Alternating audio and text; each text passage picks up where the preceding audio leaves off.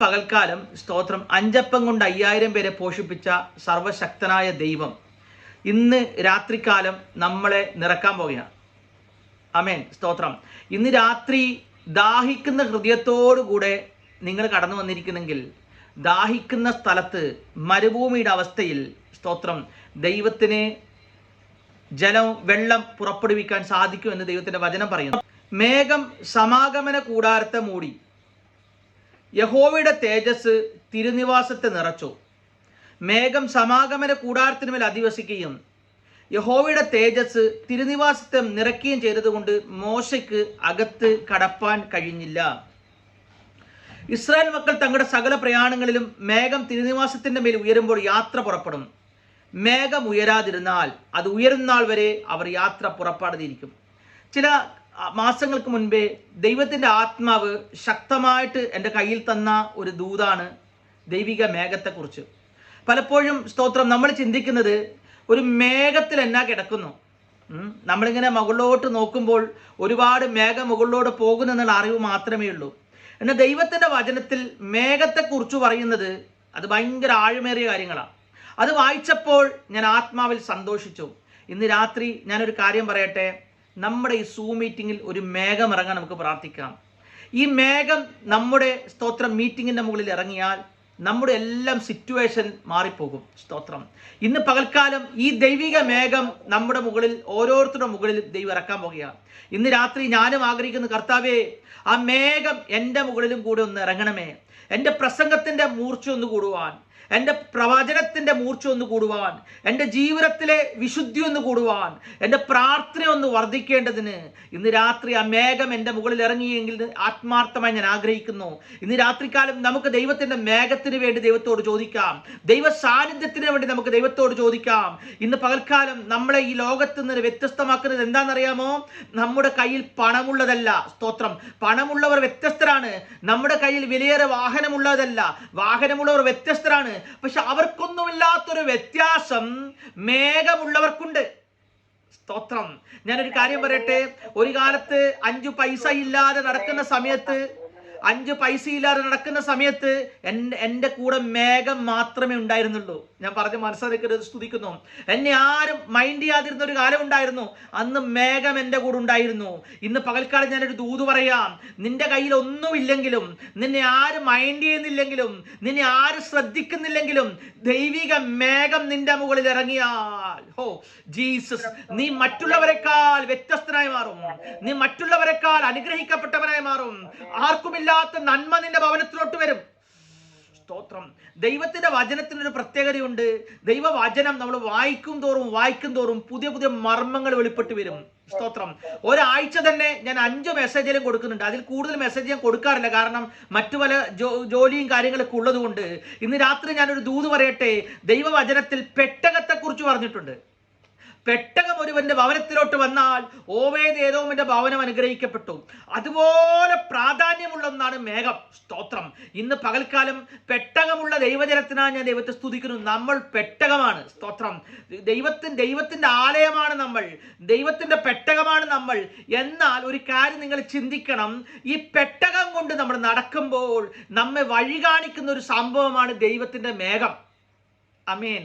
ചിലർ പറയാറുണ്ട്, സ്തോത്രം, എന്നാ ചെയ്യേണ്ടെന്ന് ഒരു പിടിയുമില്ല. അതുകൊണ്ട് ഉടനെ ഒരു പ്രവാചകന്റെ നമ്പറിലോട്ട് നമ്മൾ വിളിക്കും, പാസ്റ്റർ എങ്ങോട്ടാണ് പോകേണ്ടതെന്ന്.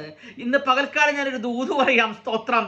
ഈ പ്രവാചകന്മാർക്ക് ദൂത് പറഞ്ഞതിനൊരു പരിധിയുണ്ട് കേട്ടോ. പ്രവാചകന്മാരെ കിട്ടുന്നതിനൊരു പരിധിയുണ്ട്. പക്ഷേ എന്നും നമ്മെ വഴി നടത്തുന്ന മേഘത്തിനായി ഞാൻ ദൈവത്തെ സ്തുതിക്കുന്നു.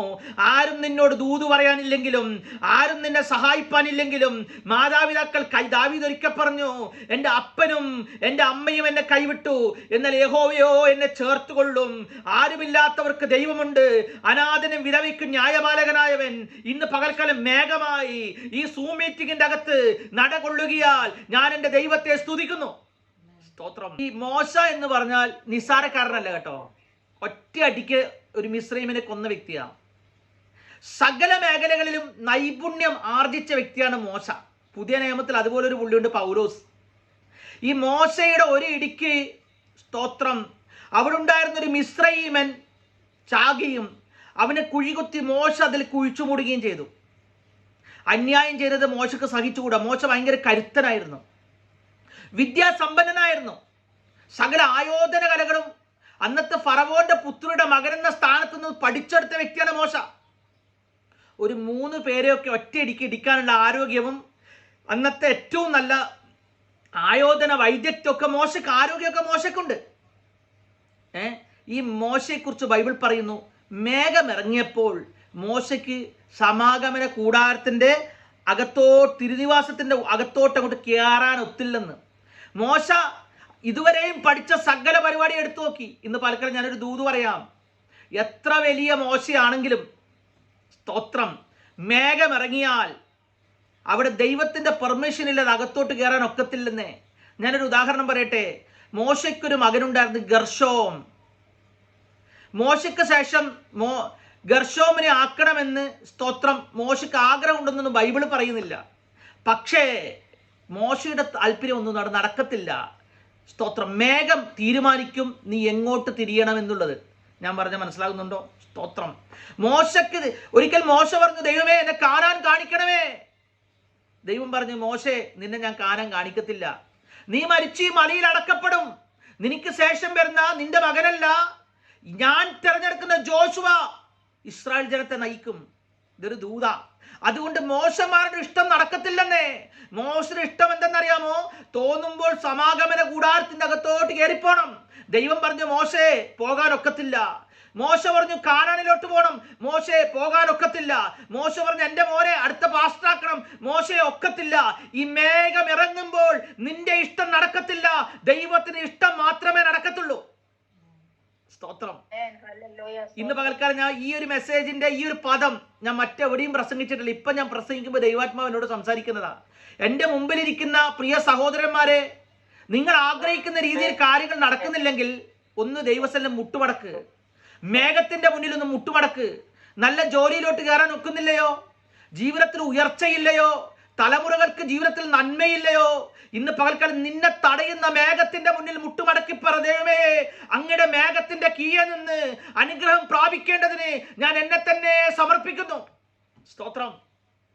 എത്ര താഴ്ന്നവനെ ഉയർത്തുവാനും എത്ര ഉയർന്നവനെ താഴ്ത്തുവാനും എൻ്റെ ദൈവത്തിന് വലിയ സമയമൊന്നും വേണ്ട. ഹന്ന സ്തോത്രം ദൈവത്തോട് പ്രാർത്ഥിച്ചു. അവൾ ഗർഭിണിയായതിന്റെ ശേഷം ഹന്ന പ്രാർത്ഥിച്ച ഒരു പ്രാർത്ഥനയുണ്ട്.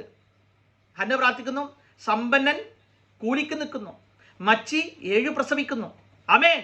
പുത്രസമ്പന്ന ക്ഷയിച്ചു പോകുന്നു. എന്നാൽ ദൈവത്തിന് എന്നോട് കരുണ തോന്നി. ആമേൻ. പെനീന പുത്രസമ്പന്നയായിരുന്നു. ഇന്ന് പകൽക്കാലം ഞാനൊരു ദൂത് പറയാം. മറ്റുള്ളവന്റെ സമൃദ്ധി കണ്ടിട്ട് പ്രാർത്ഥിക്കുന്ന ദൈവവൈതലേ നീ ഭാരപ്പെടണ്ട. പ്രാർത്ഥിക്കാത്തവനും ലോകമോഹത്തിൽ നടക്കുന്നവനും പാപം ചെയ്യുന്നവനും ദുഷ്ടനുമൊക്കെയും ഉയർച്ച പ്രാപിക്കുന്നത് കണ്ട് നീ ദുഃഖിക്കണ്ട. മേഘം നിന്നെ ഉയർത്താൻ പോകുക. ഈ ദൂത് ഏറ്റെടുത്തോ. ഇന്ന് പകൽക്കാലം ഈ ഗൂഗിൾ മീറ്റിൽ ഇരിക്കുന്ന ദൈവവൈതലേ, നിന്നെ ഉയർത്തുവാൻ എൻ്റെ ദൈവത്തിന് വലിയ സെക്കൻഡിന്റെ ആവശ്യമൊന്നുമില്ല. സ്തോത്രം. ഹന്ന പ്രാർത്ഥിച്ച് ദൈവത്തോട് കരഞ്ഞു, ദൈവമേ എനിക്കൊരു പുത്രനെ, ഒരു ആൺ സന്താനത്തെ തരണമെന്ന് പ്രാർത്ഥിച്ചു. ദൈവം സ്തോത്രം അന്നൊരു ആലോചന ഹന്നയ്ക്ക് കൊടുത്തു. ബൈബിൾ പറയുന്നു, അന്ന് മുഖം വാടിയ ഹന്നയുടെ മുഖം പിന്നെ വാടിയതേയില്ല. ഹന്നയുടെ മുകളിൽ ഒരു മേഘമിറങ്ങി. ദൈവാത്മാവ് ദൂത് പറയാം, ഇന്ന് നിങ്ങൾ മടങ്ങിപ്പോകുമ്പോൾ മേഘവും കൊണ്ട് മടങ്ങിപ്പോകാൻ പോകുക. എന്ത് ദുഃഖത്താലാണോ നിങ്ങൾ മീറ്റിങ്ങിന് കയറിയിരിക്കുന്നത്, എന്ത് വേദനയാലാണോ മീറ്റിങ്ങിൽ കടങ്ങിയിരിക്കുന്നത്, ഇന്ന് പകൽക്കാലം ആ മേഘത്തിന്റെ സാന്നിധ്യം നിങ്ങളുടെ തലയ്ക്ക് മുകളിലോട്ട് വരുമ്പോൾ നിങ്ങൾ നന്മ പ്രാപിച്ച്, നിങ്ങളുടെ ജീവിതത്തിൽ ഉയർച്ച പ്രാപിച്ച്, ഇന്നത്തെ മീറ്റിംഗ് കഴിഞ്ഞ് ഇറങ്ങിപ്പോകുമ്പോൾ ദൈവത്തെ സ്തുതിച്ചുകൊണ്ട് ഇറങ്ങിപ്പോകാൻ പോകുക. കുടുംബത്തിൽ ജനിച്ചൊരു വ്യക്തിയാ, പെന്തക്കോസ്ത് കുടുംബത്തിൽ. ഞാൻ സ്തോത്രം മീറ്റിങ്ങുകൾക്കൊക്കെ പോകുമ്പോൾ, സ്തോത്രം എൻ്റെ കൊച്ചു പ്രായം മുതൽ മീറ്റിങ്ങുകൾക്ക് പോകുമ്പോൾ, ദൈവത്തെ ആരാധിക്കാൻ വേണ്ടി നിൽക്കുമ്പോൾ ഇങ്ങനെ ദൈവദാസന്മാർ പ്രസംഗിക്കുമായിരുന്നു. ഇന്ന് പോകുമ്പോൾ വിടുതലും കൊണ്ട് നീ പോകും, ഇന്ന് പോകുമ്പോൾ അനുഗ്രഹം കൊണ്ട് പോകുമെന്ന്. അപ്പോൾ ഞാൻ വിശ്വാസത്തോടെ കൈ ഉയർത്തി പറയും, കർത്താവേ ആ അനുഗ്രഹം എനിക്കൊന്ന് തന്നേക്കണേ എന്ന്. സ്തോത്രം. ഇന്ന് വർഷങ്ങൾ കഴിഞ്ഞപ്പോൾ ദൈവം എൻ്റെ അവസ്ഥ അങ്ങോട്ട് മാറ്റി. ആമേൻ. ഇന്നെൻ്റെ സഭയിലുള്ളവർക്ക് അത്ഭുതം കൂറുമാറ്, എൻ്റെ ഭവനത്തിലുള്ളവർക്ക് അത്ഭുതം കൂറുമാറ്, എൻ്റെ സിറ്റുവേഷനെ ദൈവം മാറ്റി. അത് ഞാൻ കുറച്ച് കഴിഞ്ഞിട്ട് പറയാം.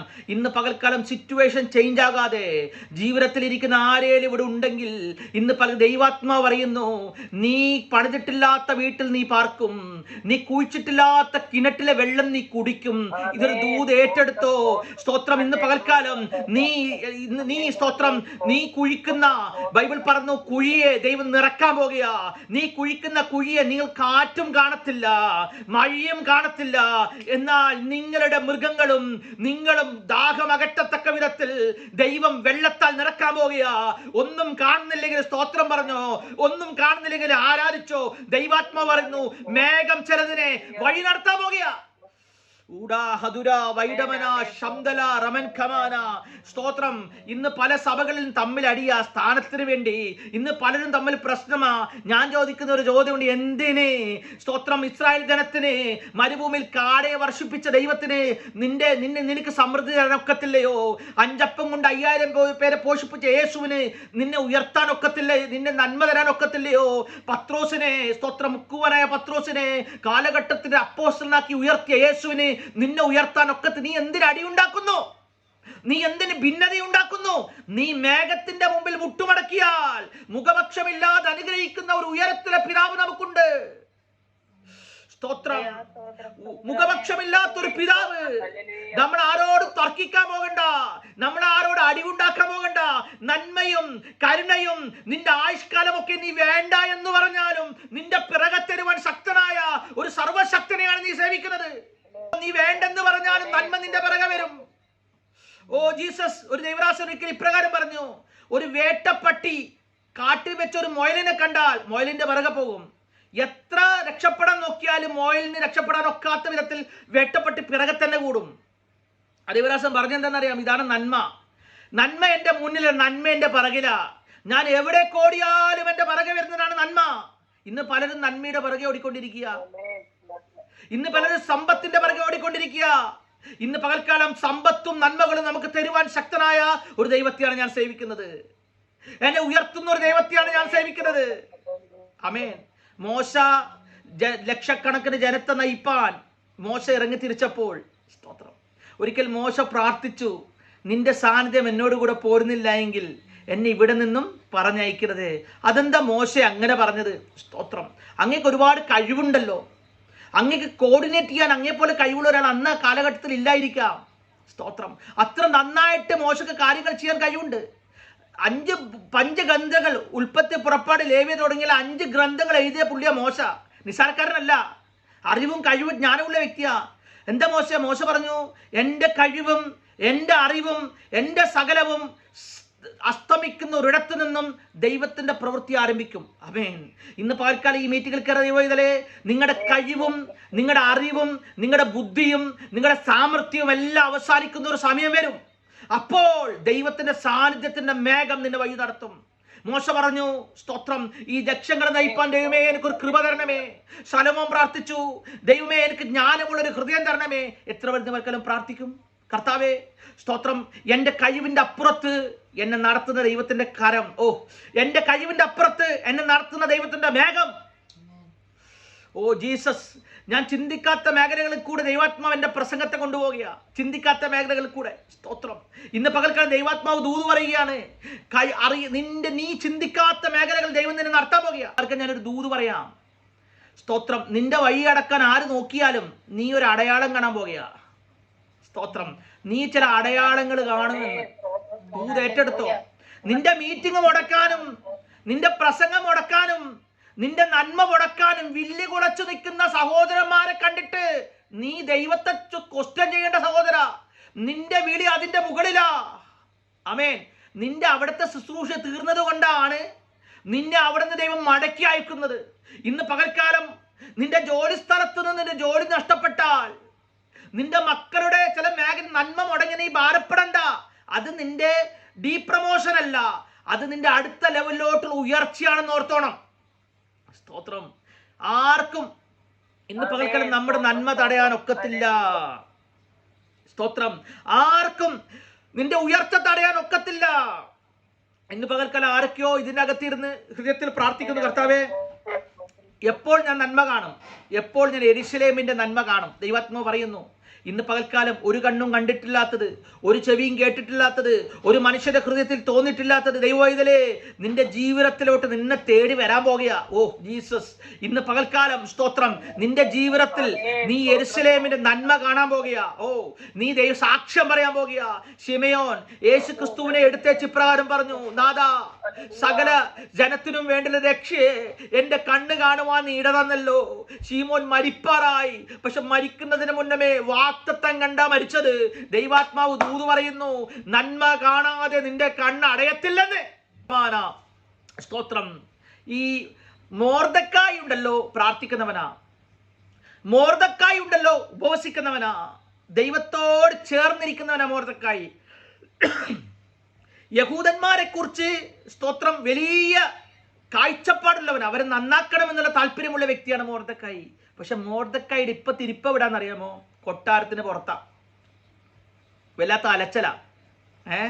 ഭക്ഷണം കൃത്യം കിട്ടത്തില്ല, താമസം കൃത്യമില്ല, കൃത്യസമയത്ത് ഒന്നും മൊർദെഖായിക്കില്ല. പക്ഷേ യഹൂദന്മാരുടെ ശത്രുവും അഹങ്കാരിയും നിഗടിയുമായിരിക്കുന്ന ഹാമാനുണ്ടല്ലോ കൊട്ടാരത്തിന്റെ അകത്ത. അമേൻ, സ്തോത്രം. ഓർത്തോണം, ദുഷ്ടൻ പച്ചപിടിക്കുന്നതും പ്രബലപ്പെടുന്നതും കണ്ട് ദൈവവൈതലേ നീ ഒരിക്കലും ദൈവത്തോട് ക്വസ്റ്റ്യൻ ചോദിക്കരുത്. സ്തോത്രം. നീ കുറച്ചു കാലം വെളിയിലിരുന്നാലും നീ അകത്തോട്ട് കയറേണ്ട ഒരു സമയമുണ്ട്, തക്ക സമയം. അപ്പോൾ നിന്നെ അകത്തോട്ട് കയറ്റുന്ന ദൈവപ്രവൃത്തി വെളിപ്പെടും. ഓ ജീസസ്, ഇന്ന് പകൽക്കാലം ഓർത്തോ, ഒരു മനുഷ്യനും നിന്റെ നന്മ തടയാൻ ഒക്കത്തില്ല. ഹാമാനെ അവിടെ അപ്പോയിന്റ് ചെയ്യുന്നതിന് മുന്നേ തന്നെ നിനക്ക് വേണ്ടിയുള്ള വാതിൽ ദൈവം തുറന്നിട്ട് അപ്പോയിന്റ് ചെയ്തത്. ഓ നിനക്ക് വേണ്ടി എസ്തേറിനെ അകത്തോട്ട് കയറ്റിയിട്ടുണ്ട്. കാലത്തിന്റെ പോക്കിൽ മൊർദെഖായിയെ നീ സകലരും മാനിക്കുന്ന ഒരു വ്യക്തിയെ മാറാൻ പോകുക. ഓ ദൈവരാജ്യത്തിന് വില കൊടുക്കുന്ന ദൈവവൈതലേ, ഉപവസിക്കുന്ന ദൈവവൈതലേ, മീറ്റിംഗ് നടത്തുന്ന ദൈവവൈതലേ, നിനക്ക് വേണ്ടി ഒരു വാതിൽ അകത്ത് തുറന്നു വെച്ചിട്ടാ നിന്നെ പുറത്തിരുത്തിയത്. ഒരിക്കൽ കൂടി ഉപവസിച്ചോ, ഒന്നും കൂടി പ്രാർത്ഥിച്ചോ, നന്മ ഇതാ നിന്റെ വാതിൽക്കൽ നിന്നെ വിളിക്കാൻ പോകുന്നു. സ്തോത്രം. ദൈവാത്മാ പലരോട് ശക്തമായിട്ട് സംസാരിച്ചുകൊണ്ടിരിക്കുക. സ്തോത്രം. ഇവിടെ പറയുകയാണ്, മോശ അകത്തോട്ട് കയറണമെന്ന് ആഗ്രഹിച്ചു, മേഘം തടഞ്ഞു. നമ്മൾ ചിന്തിക്കും മോശ എന്നാ ഭാഗ്യവാനല്ലേ, മോശ മേഘത്തിനടുത്ത് വരെ എത്തി. പക്ഷെ മോശയുടെ പ്രശ്നം മോശയ്ക്ക് അറിയത്തുള്ളൂ. ആമേൻ. നമ്മളൊക്കെ ചിന്തിക്കണം, മേഘത്തിന് അടുത്ത് വരെ എത്തിയല്ലോ, പക്ഷെ അകത്തോട്ട് കയറാൻ ഒക്കുന്നില്ലല്ലോ മോശേ. കാരണം ദൈവത്തിന്റെ മുമ്പിൽ മുഖപക്ഷമില്ലെന്നാ അതിന്റെ അർത്ഥം. ബൈബിൾ പറയാണ്, സ്തോത്രം, യഹോവയുടെ തേജസ് തിരുനിവാസത്ത് നിറച്ചത് കൊണ്ട് മോശയ്ക്ക് അകത്ത് കടപ്പാൻ പറ്റിയില്ല. അടുത്ത വാക്യം, 36-ാം വാക്യം, ഇസ്രായേൽ മക്കൾ തങ്ങളുടെ സകല പ്രയാണങ്ങളിലും മേഘം തിരുനിവാസത്തിന് മേൽ നിന്ന് ഉയരുമ്പോൾ യാത്ര പുറപ്പെടും. നമ്മൾ യാത്ര പുറപ്പെടുമ്പോൾ നമ്മൾ നോക്കുന്നത് എന്താ? നമ്മുടെ പോക്കറ്റ് പൈസയുണ്ടോ? നമ്മുടെ കയ്യിൽ ATM കാർഡൊക്കെ ഉണ്ടോ? നമ്മൾ നാളെ ഉടുക്കാനുള്ള വസ്ത്രം നമ്മുടെ കയ്യിലുണ്ടോ? വേണ്ടപ്പെട്ട നമ്പറുകളൊക്കെ ഫോണിൻ്റെ അകത്ത് ചാർജ് ഉണ്ടോ? എന്തൊക്കെ നോക്കി വെച്ചാൽ നമ്മൾ യാത്ര പുറപ്പെടുന്നല്ലേ. പോകുന്ന വഴിക്കെങ്ങാനും ഫോൺ ഓഫായി പോയാൽ പിന്നെ വിളിച്ചാൽ കിട്ടത്തില്ല. അതുകൊണ്ട് എല്ലാം കരുതിയ നമ്മൾ പുറപ്പെടുന്നത്. പക്ഷെ ഇസ്രായേൽ ജനം പുറപ്പെടുമ്പോൾ ഇതൊന്നും നോക്കിയല്ല പുറപ്പെട്ടത്. എന്താണെന്നറിയാമോ? അവർ നോക്കും, മേഘം പൊങ്ങുന്നുണ്ടോ. മേഘം പൊങ്ങിയ പിന്നെ ഒന്നും പേടിക്കാനില്ലെന്നേ. അതെല്ലാം മേഘം നോക്കിക്കോളും. ആമേൻ. യാത്ര പോകുമ്പോൾ മേഘം തലക്ക് മുകളിൽ പൊങ്ങിയാൽ ഇസ്രായേൽ ജനത്തിന് അറിയാം, ഒരു രാജാക്കന്മാരും എന്നെ തകർക്കത്തില്ല. ഒരു ശത്രു സൈന്യവും എന്നെ തകർക്കത്തില്ല. ഇന്ന് പാൽക്കാലം വിസയ്ക്ക് വേണ്ടി പ്രാർത്ഥിക്കുന്ന ആരെങ്കിലും ഇവിടെ ഉണ്ടോ? സ്തോത്രം. വിസയ്ക്ക് വേണ്ടി പ്രാർത്ഥിക്കുന്ന ആരെങ്കിലും ഇവിടെ ഉണ്ടോ? നിനക്ക് വേണ്ടിയുള്ള വിസ ദൈവം ഓൾറെഡി ഒരുക്കി കഴിഞ്ഞു. ആമേൻ. സ്തോത്രം. നിനക്ക് വേണ്ടിയുള്ളത് ഓൾറെഡി ഒരുക്കി കഴിഞ്ഞു. വീടിന് വേണ്ടി പ്രാർത്ഥിക്കുന്നവരുണ്ടോ? ദൈവം ഓൾറെഡി നിന്റെ വീടിന്റെ കാര്യം ഗ്രാൻഡ് ചെയ്ത് കഴിഞ്ഞു സഹോദര സഹോദരി. സ്തോത്രം. ജോലിക്ക് വേണ്ടി ആഗ്രഹിക്കുന്നുണ്ടോ? ഈ മേഘം ഇതാ ഓൾറെഡി നിങ്ങളെ സീൽ ചെയ്ത് കഴിഞ്ഞുവെന്ന്. ആമേൻ. ഇന്ന് പാർക്കൽ, അതുകൊണ്ട് ഈ മീറ്റിംഗിൽ കയറിയിട്ട് ആരും വെറും കൈയോടെ മടങ്ങി പോകുന്നു കരുതണ്ട. ഇന്ന് പലർക്കും വിശ്വാസത്തോടെ ആരാധിച്ചോ പ്രാർത്ഥിച്ചോ, ദൈവാത്മാവ് നിന്റെ കയ്യിലേക്ക് ചില ലെറ്ററുകൾ തരാൻ പോകുക. ചില ലെറ്ററുകൾ നിന്റെ കയ്യിലോട്ട് തരാൻ പോകുക. ദൈവാത്മാവ് ഇന്ന് പകൽക്കാലം വിശ്വാസത്തോടെ പ്രാർത്ഥിച്ചോ. വിവാഹത്തിനുണ്ട്, മക്കളുടെ വിവാഹത്തിനുണ്ട് പ്രാർത്ഥിക്കുന്നവരെ, പല ഡിവോഴ്സുകളും പലയിടത്തും നടന്നേക്കാം. യേശുവിന്റെ നാമത്തിൽ ദൈവാത്മാവ് ദൂത് പറയുന്നു, നിന്റെ മക്കൾക്ക് നല്ല നല്ല നല്ല ശ്രേഷ്ഠമായിരിക്കുന്ന വഴി തുറക്കാൻ പോകുക. ശ്രേഷ്ഠമായ പങ്കാളിയെ കൊടുക്കാൻ പോകുക. ഓ നിന്റെ തല കുനിക്കാനല്ല ദൈവം നിന്നെ വിളിച്ചത്. നിന്റെ തല കുനിക്കാനല്ല ദൈവം നിന്നെ വിളിച്ചത്. നിന്നെ ഉയർത്താനാ ദൈവം നിന്നെ വിളിച്ചത്. നിന്നെ ദേശത്ത് അനുഗ്രഹിക്കാനാ. ഞായറാഴ്ച പള്ളിയിൽ പോകുമ്പോൾ തലമൂടി ആരും കാണാതാണ് നീ പോകുന്നത്. അടുത്ത ആഴ്ച മുതൽ നീ ഉറപ്പിച്ചോ, നീ തലയിലെ തുണിയൊക്കെ മാറ്റി അങ്ങോട്ട് നല്ല ധൈര്യത്തോടെ നടന്നു പോകാൻ പോകുക. സ്തോത്രം.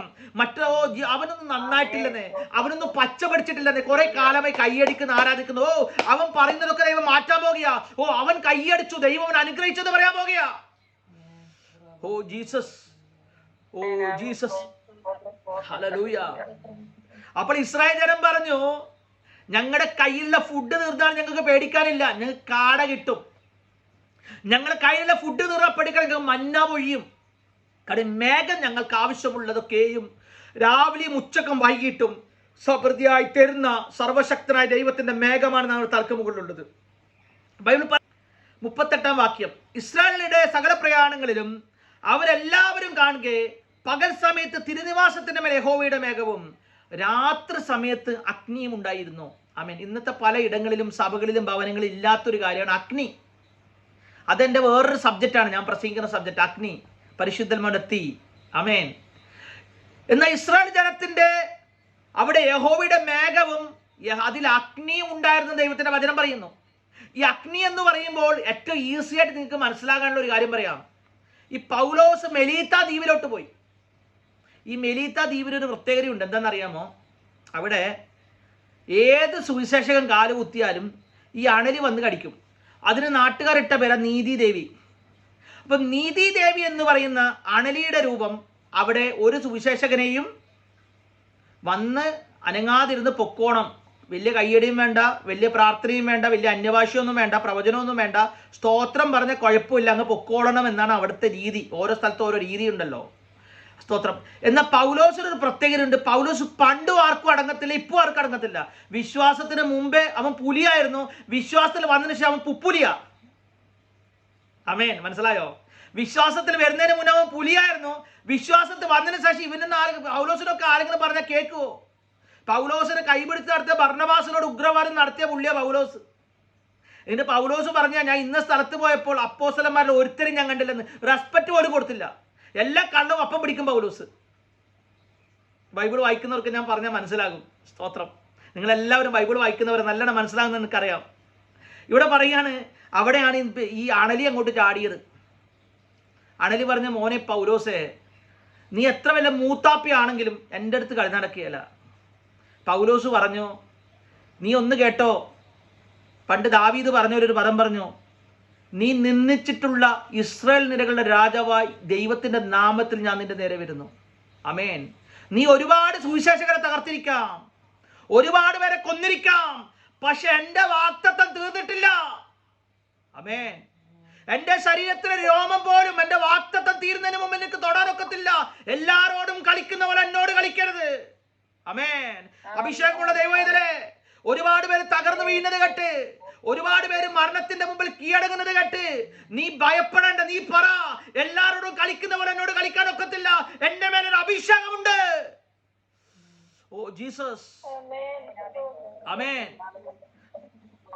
നെഹമ്യാവ് ഒരിക്കൽ പറഞ്ഞൊരു പദമുണ്ട്, എന്നെ പോലുള്ള ഒരുവൻ ഇങ്ങനത്തെ വർത്താനൊക്കെ കേട്ട പേടിച്ചോടുവോ? ഹോ, ഉപവസിക്കുന്നവനാ ഞാൻ, പ്രാർത്ഥിക്കുന്നവനാ ഞാൻ, ദുർവർത്തമാനമൊന്നും എന്നെ പേടിപ്പിക്കത്തില്ല. സ്തോത്രം. ഈ അണലിക്കൊരു പ്രത്യേകത എന്താണെന്നറിയാമോ? ഇവൻ കടിച്ച രക്ഷയില്ലെന്ന്. ഇപ്പോഴും രക്ഷയില്ല. ഈ 2024 അണലി കടിച്ചു മരിച്ച എത്ര പേരാ? പൗലോസ് എന്ന് ചെയ്തെന്നറിയാമോ? പതിവ് പരിപാടി തുടങ്ങി, അന്യഭാഷയും പാട്ടും അങ്ങോട്ട് തുടങ്ങി, തീ അങ്ങോട്ട് കത്തി. അമേൻ. തീ കത്തിയപ്പോൾ ഇവന് ഇളകി. ഇന്ന് പലക്കാലം ദൂത് പറയാം, തീ കത്തുമ്പോൾ വളരാത്ത സഭകൾ വളരും, തീ കത്തുമ്പോൾ സൗഖ്യമാകാത്ത രോഗങ്ങൾ സൗഖ്യമാകും, തീ കത്തുമ്പോൾ സ്തോത്രം മന്ത്രവാദ കെട്ടുകൾ പൊട്ടിമാറും. ഓ, ഇന്ന് നിന്നെ ദേശത്ത് ഉറപ്പിക്കത്തില്ലെന്ന് പറഞ്ഞ മന്ത്രവാദത്തിന്റെ ശക്തികൾ, നിന്നെ ഉയർത്തത്തില്ലെന്ന് പറഞ്ഞ ആഭിചാരത്തിന്റെ ശക്തികൾ, മെലീത്തയിലെ നീതിദേവിയുടെ ശക്തികൾ യേശുവിന്റെ നാമത്തിൽ ദൈവിക ആരാധനയുടെ മുമ്പിൽ പൊട്ടിമാറും. ഇന്ന് പലക്കാലം ദൂത ഏറ്റെടുത്തോ. നിന്നെ രോഗിയാക്കുന്ന, നിന്റെ തലമുറയുടെ ഭാവി തടയുന്ന എത്ര വലിയ ശക്തിയാണെങ്കിലും നീ ഒന്ന് ആരാധിച്ചാൽ, നീ ഒന്ന് സ്തുതിച്ചാൽ, കാരാഗ്രഹത്തിന്റെ അടിസ്ഥാനം കുറിക്കുക സർവശക്തൻ യേശുവിന്റെ നാമത്തിൽ ഇന്ന് പകൽക്കാലം ചില മേഖലകളുടെ അടിസ്ഥാനം ഇളക്കാൻ പോകുക. പാമ്പിന്റെ വിഷത്തിനൊരു പ്രത്യേകത ഉണ്ട്.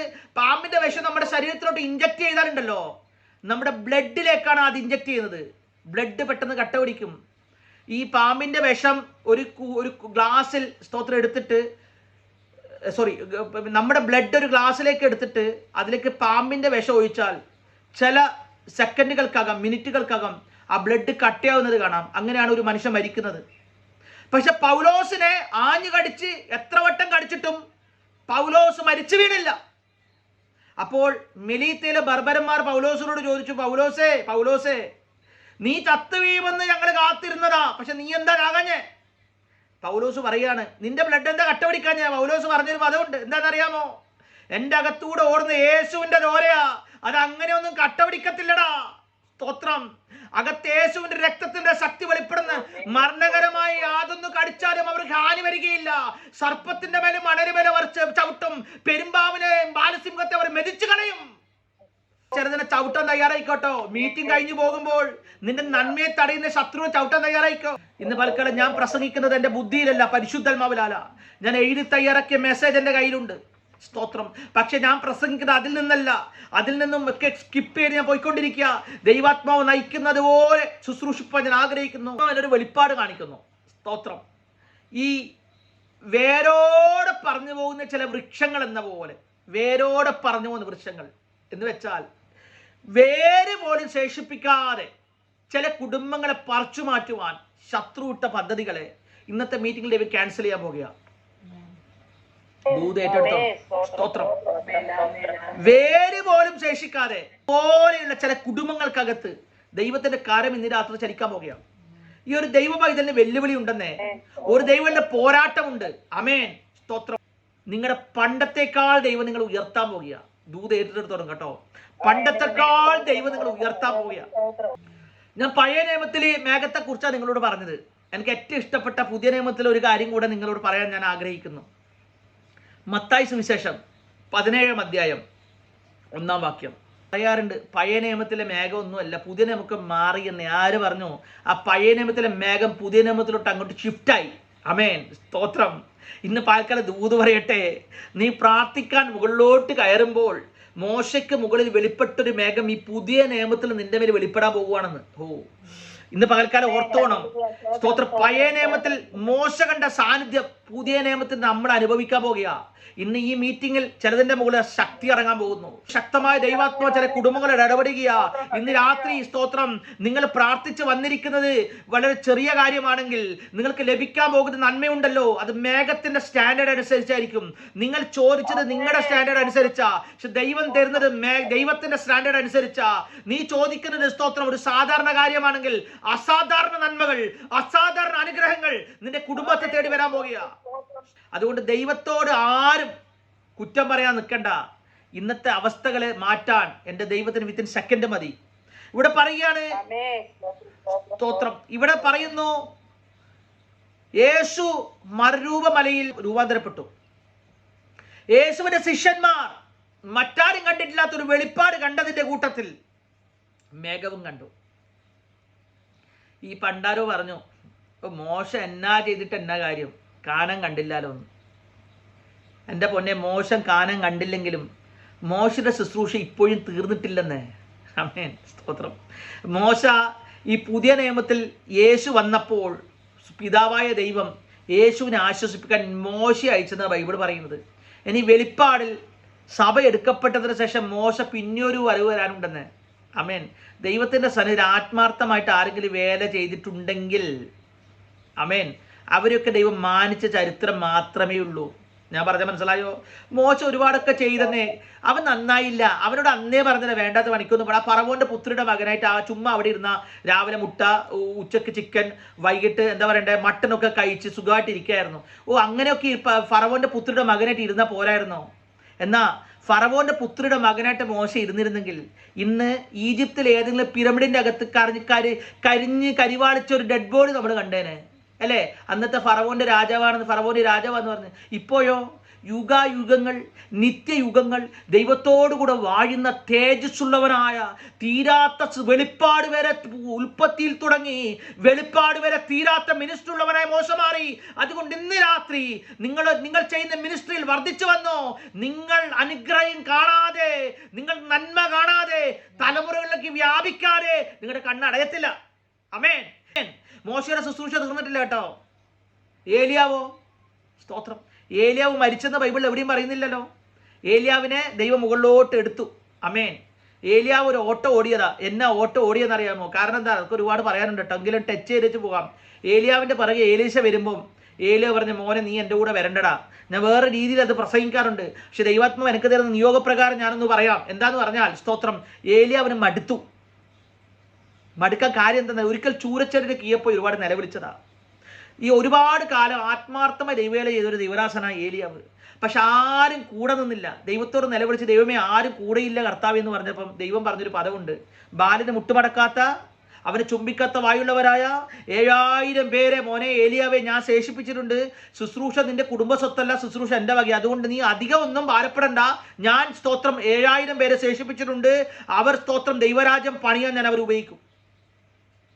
അത് കഴിഞ്ഞിട്ട് പിന്നെ ഇസബേലിന്റെ വെല്ലുവിളി, ഓട്ടം, സ്തോത്രം, ഒളിവ് താമസം, ഇതെല്ലാം ആയി. അവസാനം ഏലീശ വന്നപ്പോൾ പറഞ്ഞു, മോനെ ഈ വേലയൊന്നും വേണ്ടടാ മോനെ, നീ ഗിൽഗാലിൽ പാർത്തോ, നീ ബേഥേലിൽ പാർത്തോ, അവിടൊക്കെ നീ നിന്നോ, ഞാൻ പോവുക. സ്തോത്രം. അപ്പോൾ ഏലീശ പറഞ്ഞു, പറ്റുകയില്ല, എനിക്ക് കൃപ കിട്ടാതെ ഞാൻ പോകത്തില്ല. അന്ന് ഏലിയാവ് സ്തോത്രം കടലും കടന്ന് അക്കരെ എത്തി. അക്കരയിൽ നിന്ന് അഗ്നിരഥാശ്വങ്ങളും അഗ്നിമയമായ രഥങ്ങളൊക്കെ വന്ന് സ്തോത്രം ഏലിയാവിൻ്റെ മുകളിലോട്ട് പൊക്കിയതാ. അപ്പോൾ ആളുകൾ പറഞ്ഞു, സ്തോത്രം, കൂടെയുള്ളവർ പറഞ്ഞു, ഏലിയാവിനെ വല്ല മലയിലും കൊണ്ടുപോയിട്ട് ആത്മാവ് ഇട്ടുകണം. അതേ, ആത്മാവിന് ഇപ്പം അതല്ലേ പണി. സ്തോത്രം. പൊക്കാൻ അറിയാമെങ്കിൽ എത്തിക്കാനും ദൈവത്തിന് അറിയാം. മനസ്സിലായില്ല എടോ? അന്ന് പൊങ്ങിയതാ മറുരൂപ വഴി വെളിപ്പെട്ടത്. ഓ സ്തോത്രം. നീ വഴി വെച്ച് നിന്നെ വഴിയിലിട്ട് മറ്റുള്ളവർ പറഞ്ഞ് നിന്നെ വഴിയിലിടുവെന്നാ. ഏലിയാവിനെ വഴിയിട്ടെന്ന കൂടെയുള്ളവർ ബേഥേലിലെ ശിഷ്യന്മാർ പറഞ്ഞ പദവാ ഞാൻ പറയുന്നത്. അവർക്കൊരു വെളിപ്പാടും ഇല്ലെന്ന്. ഏലിയാവ് ആരാന്നും അറിയത്തില്ല, തീ എന്താന്ന് അറിയത്തില്ല, ദൈവസാന്നിധ്യം എന്താന്ന് അറിയത്തില്ല. നാട്ടുകാർ പറഞ്ഞ നീ കേൾക്കണ്ട. ഏലിയാവേ, നിന്നെ വിളിച്ചൊരു ദൈവമാണെങ്കിൽ, നിന്നെ അഗ്നിമേരശ്വത്ത് പൊക്കിയൊരു ദൈവമാണെങ്കിൽ, നിന്നെ എവിടെ എത്തിക്കേണ്ട സ്ഥലത്ത് എത്തിക്കാൻ ദൈവത്തിന് അറിയാം. ദൈവത്തിന് ദൂതാണിത്. ഈ ഏലിയാവ് തീർന്നു, മോശ തീർന്നു, ഇങ്ങനെയൊക്കെ പറയുന്ന ഒരുപാട് പേരുണ്ട് കേട്ടോ. ഇന്ന് അമേഘം ചിലതിന്റെ തലക്ക് മുകളിൽ ഇറങ്ങുകയാണ്. അമേഘം തലക്ക് മുകളിൽ ഇറങ്ങിയ സ്തോത്രം. ചിലതിന്റെ ജീവിതത്തിൽ മേഘത്തിന്റെ സാന്നിധ്യം ഇറങ്ങാൻ പോവുകയാണ്. ഇപ്പൊ ദൈവാത്മാവ് തന്നിരിക്കുന്ന ഒരു ആലോചന വളരെ അത്ഭുതപ്പെടുത്തി. ഇവിടെ പറയുന്നത്, മേഘം പടിഞ്ഞാറ് നിന്ന് മേഘം പൊങ്ങുന്നത് കാണുമ്പോൾ പെരുമഴ വരുന്നു എന്ന് നിങ്ങൾ ഉടനെ പറയുന്നു. അപ്പം പടിഞ്ഞാറ് നിന്ന് മേഘം പൊങ്ങുന്നത് കാണുമ്പോൾ നമുക്ക് എല്ലാവർക്കും അറിയാം പെരുമഴ വരുമെന്നുള്ളത്. അപ്പം ഈ പടിഞ്ഞാറ് നിന്ന് മേഘം പൊങ്ങുക എന്ന് പറഞ്ഞാൽ എന്താണെന്ന് പലർക്കും അറിയത്തില്ല. മനസ്സിലായില്ല. നമുക്ക് ദൈവവചനത്തിൻ്റെ ആഴങ്ങളിലോട്ട് ഇറങ്ങിയാൽ അത് മനസ്സിലാകത്തുള്ളൂ.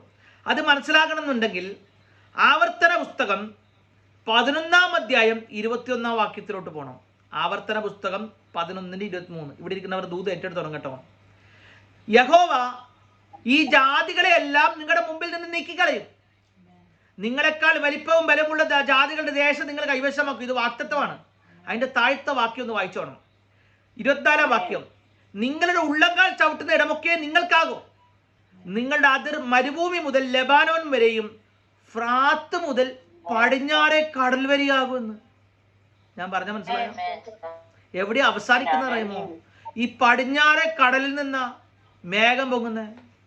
ഓ, ഈ മർമ്മം എത്രക്ക് മനസ്സിലായി? നിങ്ങൾ ഒരുപക്ഷെ ഇതിന്റെ മുന്നിൽ ഒരു മെസ്സേജ് കേട്ടിട്ടില്ലായിരിക്കും. കാരണം ഇത് ദൈവം എൻ്റെ കയ്യിൽ ഏൽപ്പിച്ചതാ. സ്തോത്രം.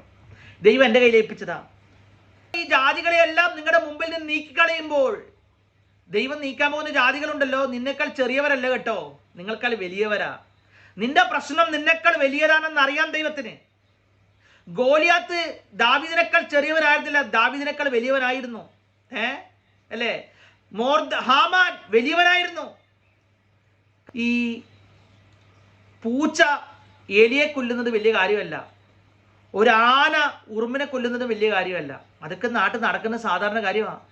പക്ഷെ ഒരു എലി ഒരു പൂച്ചയെ കൊന്നെന്ന് പറഞ്ഞാൽ, ഒരു ഉറുമ്പ് ഒരു ആനയെ കൊന്നെന്ന് പറഞ്ഞാൽ അതാണ് അത്ഭുതം. ആമേൻ. ഈ ഗോലിയാത്ത് ദാവീദിനെ കൊന്നെന്ന് പറഞ്ഞാൽ അത് വലിയ അത്ഭുതമൊന്നുമില്ല. അതങ്ങനെ സംഭവിക്കും. കാരണം ദാവീദ് ചെറിയ പയ്യനാ.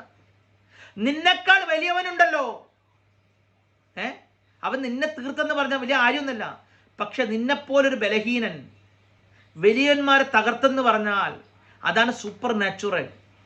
നിന്റെ ചെറിയ പ്രതിസന്ധിയെ കരഞ്ഞുകൊണ്ട് പ്രാർത്ഥിച്ച് കർത്താവെ വിടിവിക്കണമെന്ന് കരഞ്ഞുകൊണ്ട് പോകാനല്ല, മറിച്ച് നിന്നെക്കാൾ വലിയവനെ, നിന്നെക്കാൾ ഉയർന്നവനെ, നിന്നെക്കാൾ ശക്തനെ, സ്തോത്രം, തകർത്ത് മുന്നേറുന്ന ഒരു അഭിഷേകം, തകർത്ത് മുന്നേറുന്ന ഒരു അഭിഷേകം ഇന്ന് രാത്രി ചിലതിന് വേണ്ടി പകരാൻ പോകുക. നിന്നെക്കാൾ കഴിവുള്ളവൻ, നിന്നെക്കാൾ വിദ്യാഭ്യാസമുള്ളവൻ, നിന്നെക്കാൾ അറിവുള്ളവൻ, അവനെക്കാട്ടിലും നിന്നെ ഉയർത്തുന്നതാണ് ദൈവപ്രവൃത്തി. സ്തോത്രം, ഹല്ലേലൂയ. നിന്റെ കഴിവിനേക്കാൾ ജോസഫ് മന്ത്രിസ്ഥാനത്ത് ഇരുന്നത് ജോസഫിന്റെ കഴിവ് അല്ലായിരുന്നല്ലോ. ദാവീദ് രാജസ്ഥാനത്ത് ഇരുന്നത് പുൽപ്പുറത്ത് ആടുകളെ മേയിച്ച ദാവീദിന് എന്ന യോഗ്യതയാ. എന്റെ പൊന്നെ, ഏറ്റവും താഴ്ചയിൽ ദൈവം നിന്നെ ഉയർത്താൻ പോകുക കേട്ടോ.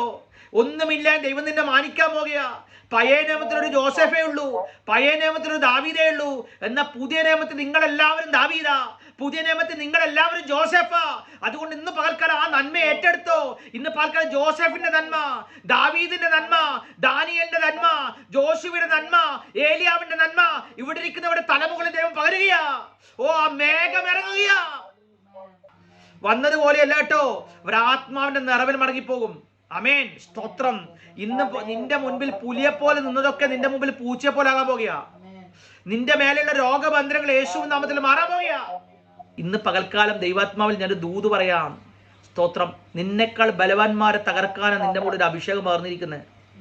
അമേൻ, നിന്നെക്കാൾ ബലവാൻ. അപ്പൊ പറയും, വിനിഷ നടക്കുവോ?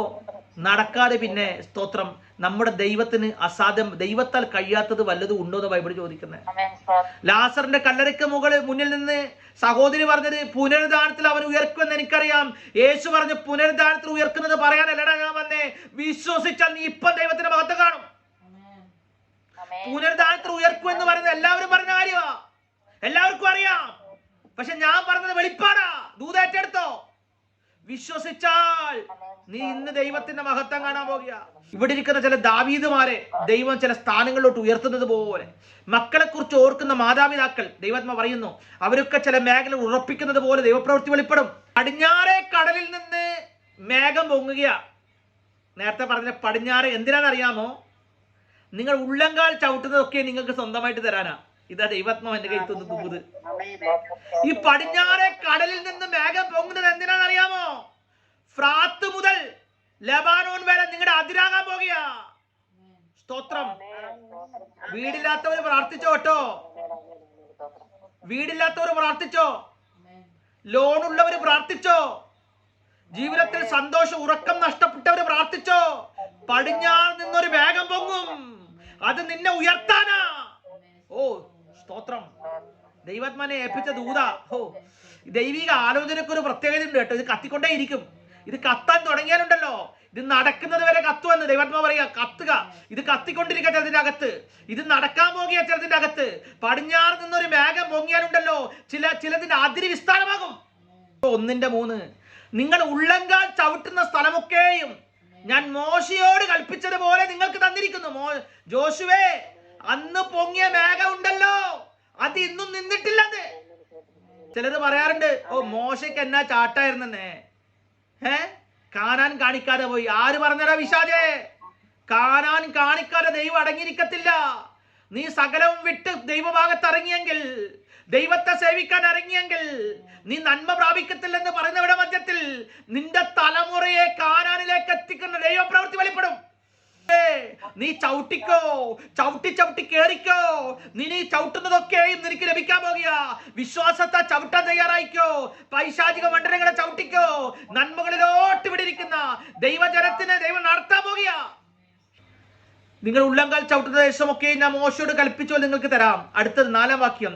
മരുഭൂമിയും ഈ ലബാനോനും തുടങ്ങി ഫ്രാത്ത് എന്ന മഹാനദി വരെയും ഹിത്രയുടെ ദേശമൊക്കെ പടിഞ്ഞാറ് മഹാസമുദ്രം വരെ നിങ്ങളുടെ അതിരായിരിക്കും. എന്തുവാ പടിഞ്ഞാറ് മഹാസമുദ്രം വരെ പോയേ? അവിടുന്നാണ് ഈ സംഭവം പൊങ്ങുന്നത്. എത്ര പേർക്ക് മനസ്സിലായി? അവിടുന്നാണ് ഈ സംഭവം പൊങ്ങുന്നേന്ന്.